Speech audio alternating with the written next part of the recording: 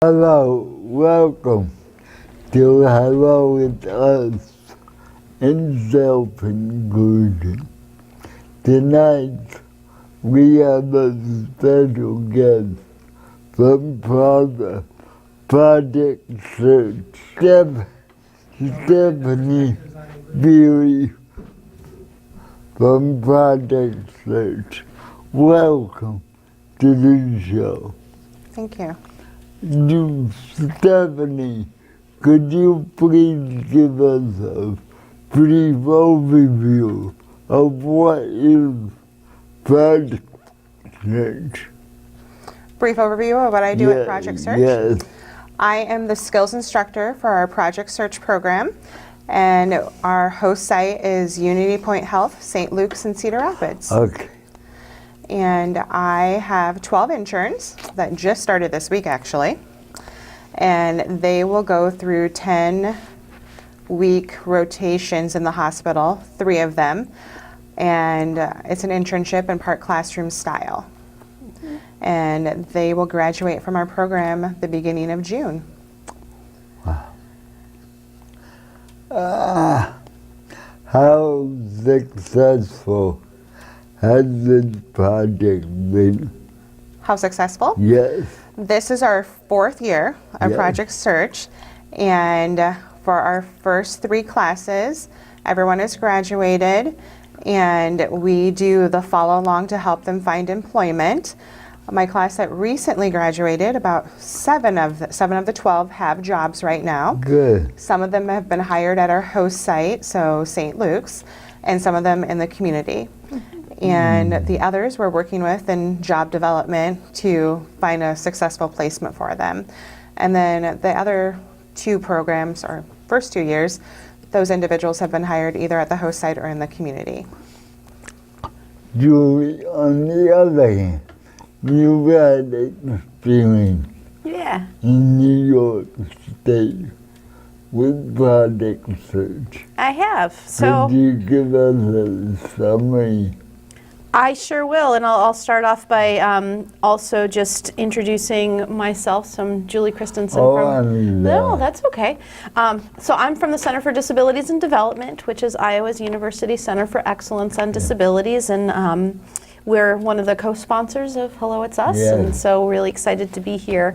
But yeah, so as Keith knows, I came to Iowa a little over a year ago from New York State, and in New York, I was the state coordinator for Project Search.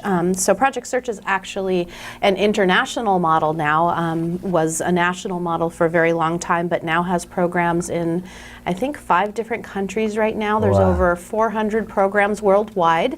And I got involved in Project Search starting about 10 years ago when I was hired to start a program in New York. It was one of the first programs that we had in the state of New York. And the reason that we chose Project Search as a community just starting out was that we were, first of all, really impressed with the outcomes. At the time Project Search was getting nationally about 65% of Project Search graduates were moving into employment.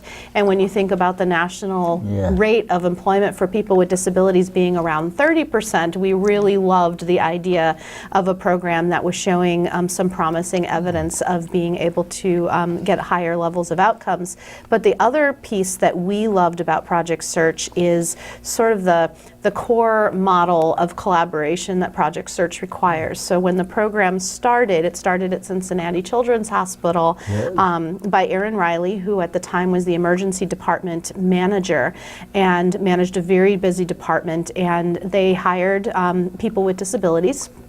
But Aaron was aware that the hospital, Cincinnati Children's Hospital, did not mirror, in terms of the employees in the hospital, the population they served. So many of their patients and the families that they were seeing were children with disabilities, and yet these families and these young children were not seeing modeled within the environment of Cincinnati Children's Hospital that people with disabilities are part of the community and can work. And so she really wanted to change that and wanted to understand as a business person how to make that happen. And so she reached out to her partner in crime, as I say, Susie Rakowski from Great Oaks, which is a school system in the Cincinnati area. And they developed this collaborative model that's really based on bringing together special education, bringing together community providers who provide job coaching supports in the community, partnering directly with business and working together in one seamless way of helping to truly transition youth from school into the world of work by having this opportunity, as Stephanie was mentioning, to spend a full school year doing a series of internships where they spend all of their day fully immersed right in the workforce and learning to work alongside, coworkers, getting feedback from supervisors, all the things that we would expect for employment to look like when they graduate, but with the benefit of being able to try out some things, learn some new skills, have the support of an instructor and a job coach on site to help them through the process, but leading to the goal of employment. Thank you. This question is for both of you. So whoever wants to tackle it first, go ahead. Has there been any subtle change in attitude from employers about since some Project Search has started? I'll let you start, Stephanie. Can you repeat the question? Okay. Has there been any subtle change in attitude of employers since Project Search started? Has there been a change in employers? The attitude Their attitudes? Since, towards disability. I would say this is my second year doing the Project Search program at St. Luke's, and in the first year that I did Project Search, which was last year, the attitude of the staff in the hospital was just wonderful. They were very accepting of our interns and really wanted them to be immersed in the environment and included them on everything. So whether it was a potluck or a staff meeting, asked for their input, and it was a really great relationship that they developed, and they looked forward to our interns. I would say out in the community, people have been very open to us and to the individuals that we're working with, and they're more than willing to have us come in and do job shadowing and job coaching and give us feedback, because we want these individuals to be successful. That's the whole goal of the program, to gain skills, to learn how to work with others and to do a job successfully. And so people are more than willing to work with us. So I think there's been positive attitudes. And I would say, I had the benefit of working with many businesses in the state of New York over time, and we saw a lot of change. I think, as Stephanie was saying, getting a foot in the door was never a problem, that businesses wanted to offer the opportunity, but sometimes that came with, almost sort of a charitable approach, like this is a good thing to do. Right. That's what I'm trying to get at. And I would say that we really, it took some work, over time. Part of the process in a Project Search program is helping your business along in holding interns to the same level of accountability and expectation as an employee. We would always say to our employers, if a job opened tomorrow, would you hire this student?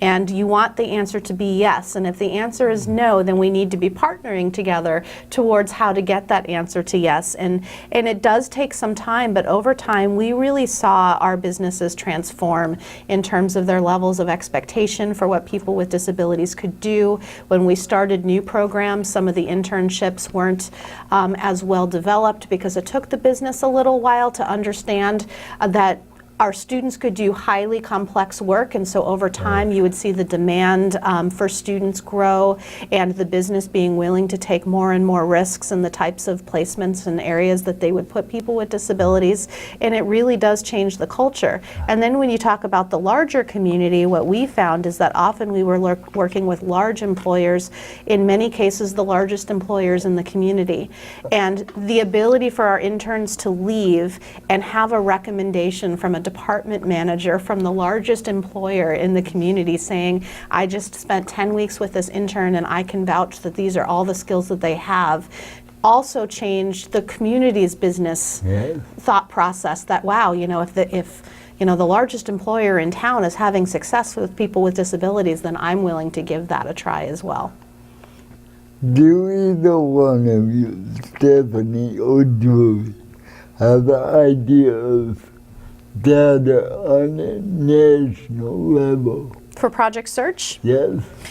So right now, I believe that the latest statistics for Project Search would be, so if it's 2017, it would be the graduating class of 2016, and roughly 75% of Project Search graduates obtained competitive employment. And Project Search defines that an outcome of employment as an individual working 16 hours a week or more at minimum wage or better.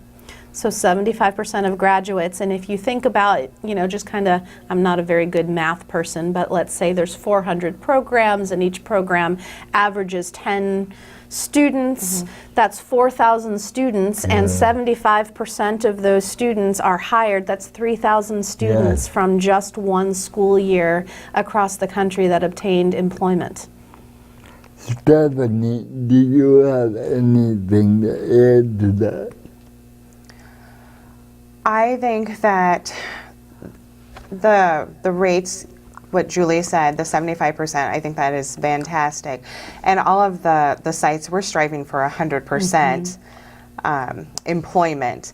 And sometimes that takes a little longer than others, but 75%, awesome. And when I had an opportunity to go to the annual conference this past summer, there were some groups that had 100% employment successful rates. So I'm hoping to get our program there, you know, this year, and with this graduating class and then our new one. And I just think it's amazing to see the excitement in the interns when they do get a job somewhere that they want to work. They're finally getting a paycheck, you know, and it's above all of our interns that have started this past year. It's been above minimum wage. And so it's just really exciting to see that, and they're excited to get that paycheck and be contributing and living on their own. So I think it's an amazing program. Stephanie, without going into it too deep, could you describe for the audience and our friends what happened at a conference? What happened at the conference?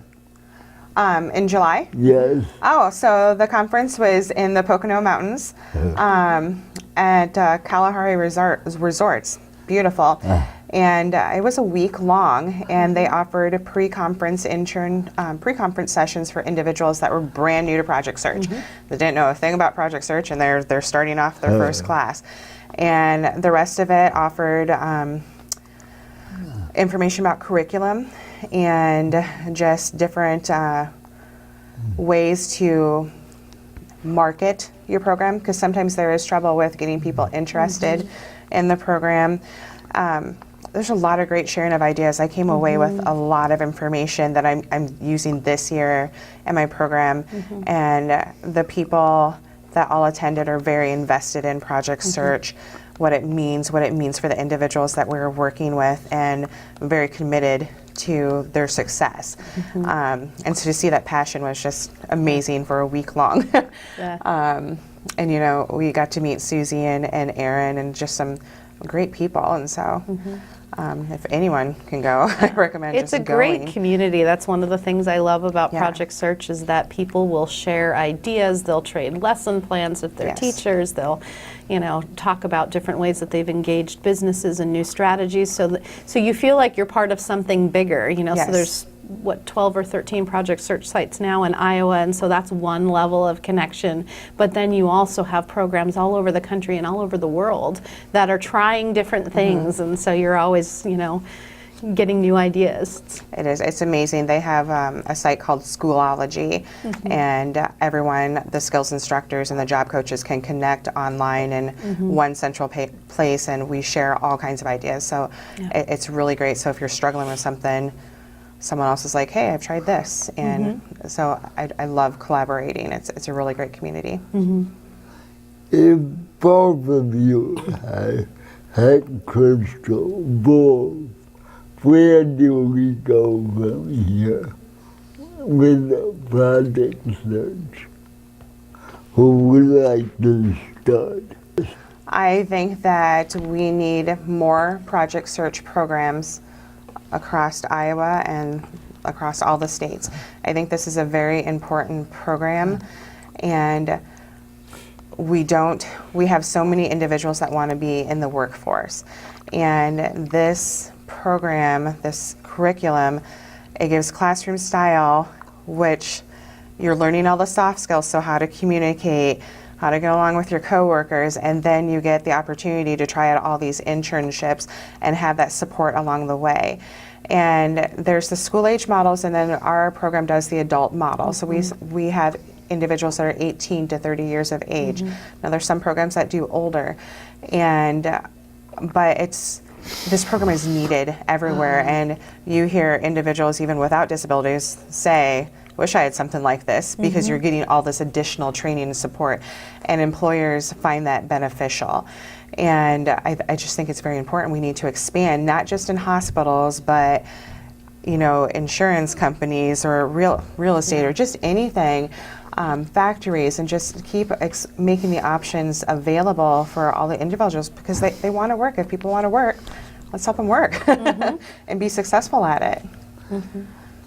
With the option now of higher education for people with disabilities, do you think that job market would change? So, it's interesting. I think there are different paths to employment, and not just for people with disabilities, but for people in general. Okay. So I think we've come to a point where, for a certain extent, we've gotten away from value of some of the trades. So when you think about the workforce development and the pathways from school to work, which sometimes goes through college, sometimes goes through apprenticeship programs. I kind of put Project Search in that category of sort of an internship and apprentice program, but then we have these great options for post-secondary education for young kids with disabilities and young adults, and that's another pathway to employment, and I think they're all really important. I think what Project Search does well is provide a 1-year really intensive training program for people who are ready to go into the workforce right now. It's not the place that I would tell someone to go if they want to go to school for a couple of years. I would suggest they do that first.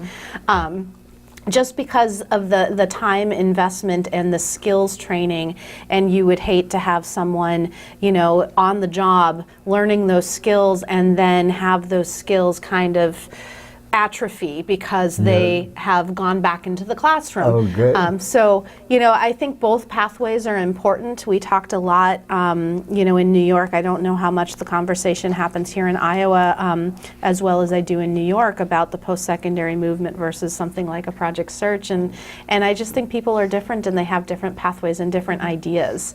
But I do think that programs like this change the scope of the types of careers that are available to people and the different things that they can try. And, we talk a lot about the idea of career discovery, and Project Search offers so many options to do different things, to get outside of your comfort zone. You're committed to a one-time internship, and so part of it is you learn, I don't like this, but I'm going to finish it because I have a 10-week commitment, and that's job skills too, right? We don't always get to do all day long things that we love, but part of the job is being able to persevere and get through it.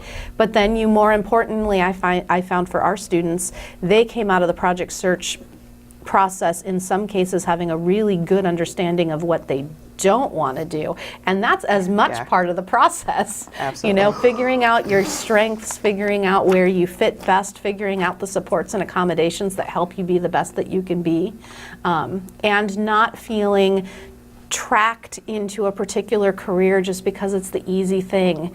You know, when we talk a lot in disability employment about the 4 F's, and I always forget one of them, but it's food, folding, filth, and filing. I think those are the 4. Oh, and flowers, there's a 5th one. And those have become, over time, some of the sort of stereotypical jobs we think of because they're relatively easy to train for. But that doesn't mean people are passionate about those types of careers. And so I love programs like Project Search that expose people to different options and the opportunity to try and be the best that they can be. Absolutely, and I agree with that. And some individuals, especially from my last class, they learn, some of them may have done college beforehand and then they committed to the year in Project Search, but then they decided, you know, they wanted a career in healthcare and they wanted to do a tech position. So then they decided, well, I want to get some CNA training so I can do that. And so then they've gone back to school to get that. And before they never thought about doing that. Exactly. And I think that's amazing. This is a question purely out of my curiosity. Where would, and if they would, where would trade schools fit into all this? Where would trade schools fit in? You know, it's interesting. We tried to build some, you know, off of the lessons learned of Project Search. So I'll add that as much as I am absolutely a cheerleader for Project Search, it also doesn't work for everybody. And, you know, there are some individuals that have a real, you know, interest in, you know, I want to do, as an example, I want to be a mechanic, you know, as an example. And what Project Search talks a lot about teaching transferable skills. And so we talk a lot about, you have one host business, it might be in a hospital, right? So if I want to be a mechanic, it might be hard for me to understand all the skills that I'm learning in a hospital that would help me be a good mechanic. Some interns get that and others don't. And so what we struggled with is, well, what about the pathways to some of the more specialized technical programs, apprenticeships, you know, trade schools for the individuals that come to us that have a really clear path. This is my career. And what we found is that a lot of those programs just aren't fully accessible, that the curriculum isn't accessible, that the instructors don't have the support to know how to, you know, task analyze and break things down. You know, the nice piece about a Project Search program is that you have a special educator who understands how to break things down, and you have a job coach that helps task analyze, and that isn't always available at a trade school location. And so I think that's a place we have more work to do, and a program like Project Search can really teach in other formats ways to partner to make sure that, you know, the instruction and the level of hands-on skill building and training opportunities that are built into apprenticeships and trade school programs are accessible to everybody. But I think we have some work to do. Yes.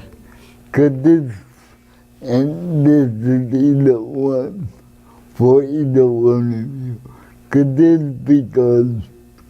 be because they have no inkling about disability? Sure. Because many disabled people never went to trade school. Sure. Yeah. I think we find that even in our Project Search host businesses, that new departments will come on, they never thought about a person with a disability because no one has ever approached them before. And so, yeah, I think part of it is having success stories that, you know, we can show, but not being afraid to knock on doors.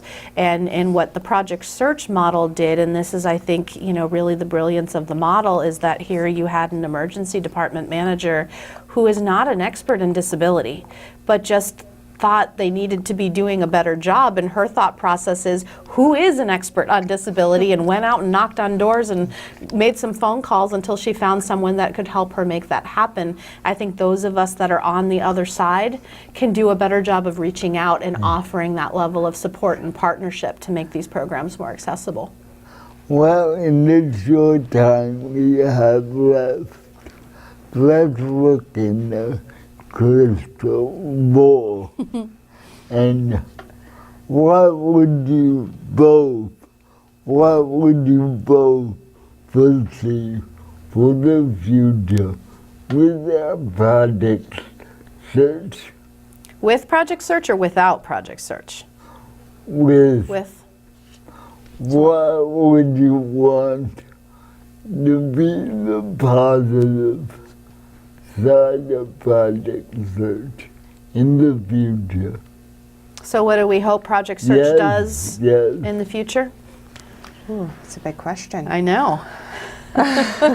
Well, then we have an embryo. Let's see what it can grow into. Yeah.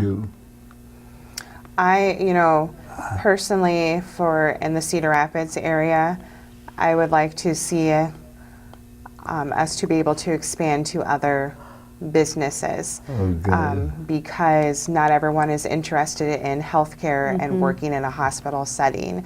And this year when we were doing interviews for this current Project Search year, there were people that were interested in more of an office setting. Okay. And some of them are more interested in a factory or manufacturing setting. And so I would like us to be able to expand in those areas, even if we start off with a smaller group, and just keep building from there to give people more opportunities to develop those skills and just find what they're really passionate about, and to realize that they don't have to work at fast food or unless they really want to. Some people do, but just to find other creative ways that they can achieve their dreams.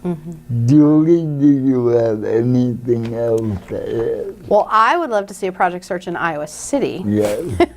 And selfishly, since I work for the University of Iowa healthcare system, and it's the largest healthcare system in the state of Iowa, I think we have some work to do to have the largest healthcare system be part of the conversation in some aspect, even if it's partnering with our neighbors up in Cedar Rapids to say, hey, we have jobs. Absolutely. So I would love to see that, but I completely agree. I think many Project Search programs are in medical centers because Project Search started in a medical center, but medical centers are kind of little businesses, and so there's a lot of variety.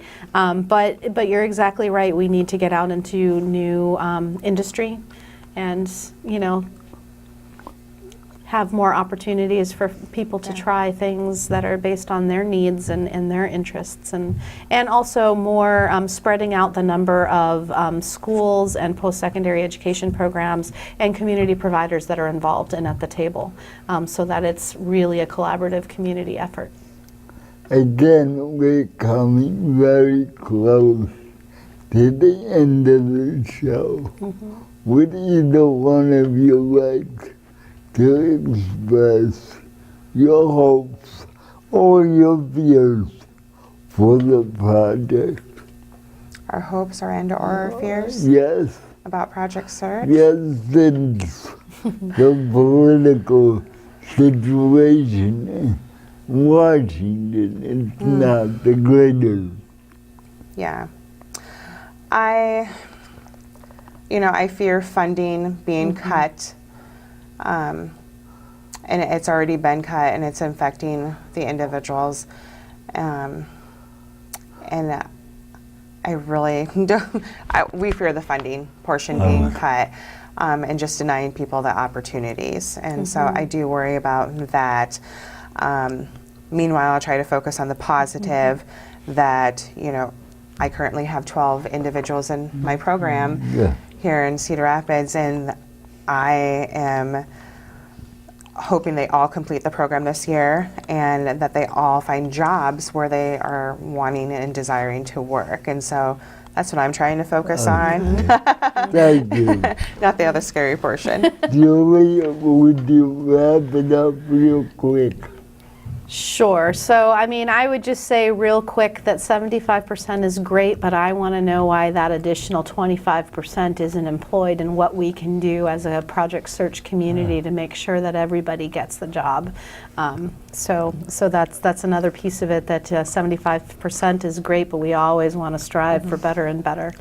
But love the opportunity, Keith, to hang out with you tonight and talk about this program and talk about the importance of disability employment and celebrating Disability Employment Awareness Month and the month of October. So it's a timely topic. Well, we hope the audience out there has learned a lot. And if you have any questions, call either one of these people and get in touch. Otherwise, have a great week out there. Bye now.